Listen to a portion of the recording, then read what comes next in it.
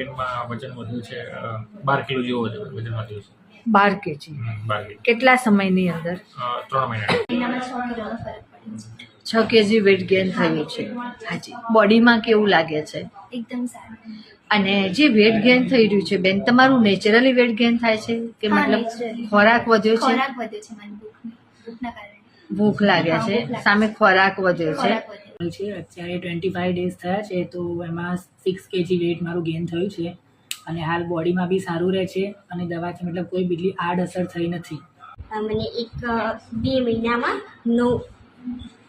9 kilo જેવું વધ્યું છે. ઓકે.